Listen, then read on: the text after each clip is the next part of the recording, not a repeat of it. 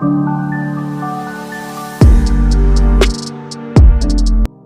up guys, Metsq here and welcome sa panibagong video. So mag-unbox na naman tayo ng newest basketball shoe ngayong 2026.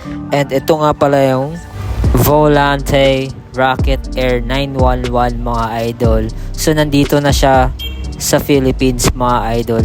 Sa Orange app available na siya and sa TikTok shop available na din. So maglalagay yung link dyan sa baba or sa description box below. Sa mga di pa nakakaalam, ito pala yung first ever basketball shoe nila. So kilala sila sa mga running shoes nila mga lods. So ngayon lang sila nag-release ng basketball. So check out na natin. Solid ang box niya mga lods. Oh.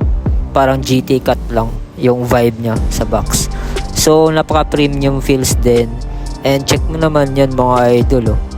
Ayan. So red colorway palang kinuha natin. Year of the Horse Code. Meron pang colorways na available. So naglabas na naman sila ng panibagong colorway. So maglalagay yung link dyan sa description box below para makapag-checkout ka na mga idol.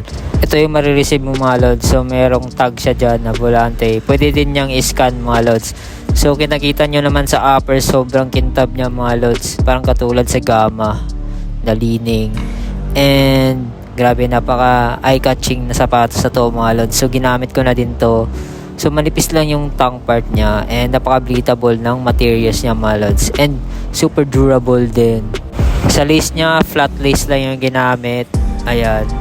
Napaka-solid din yan. Napaka-breathable ng tongue part niya. Butas-butas yan mga lods. For breathability, meron din siyang lateral support. Ayan, no? May outrigger pa siya mga lods. Tapos may volante nakasulat dito. And sa back part naman, yung heel counter niya, solid din naman yung support niya dito.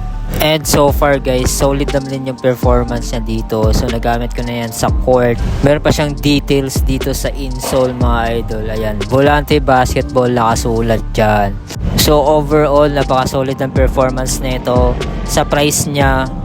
And yung cushion niya mga lods, malambot din yung cushioning niya and napakagaan din nito mga lods.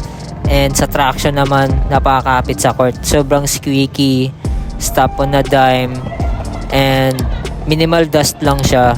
Naka-carbon plate na din yan mga lods.